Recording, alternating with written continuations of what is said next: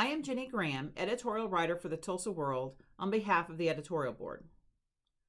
Yet another controversial bill has emerged without notice, demonstrating rules don't matter to the top legislative leaders determined to have their way. Lawmakers wanting to govern in secret are finding ways to do so legally. It's an undemocratic process, fomenting distrust and growing discontent in the legislative process. This time, House Republicans pushed through House Bill 1775 to keep discussions of race, particularly criticisms of white men, out of public schools and universities. It would also ban any form of mandatory gender and sexual diversity training and counseling. These have far-reaching consequences that trample on providing a quality education from pre-K through graduate schools. It possibly jeopardizes funding and the recruitment of staff and students in higher education. It's also a poorly worded proposal that even its authors had a difficult time explaining during debate. This level of classroom micromanagement comes not from Oklahomans, but from right-wing broadcast pundits fanning the flames of fear nationally.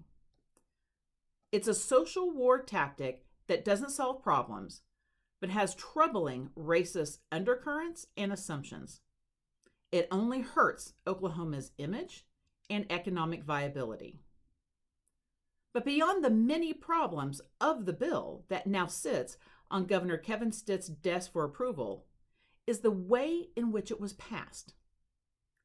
House Bill 1775 was introduced as a proposal to require schools to have emergency medical plans for sports activities.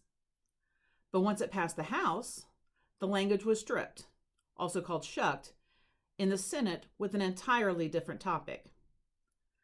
The House parliamentarian determined the language violated the germanus rule and was out of order.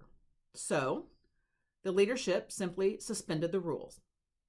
Why even have rules that they agreed to if the majority is just going to do whatever it wants?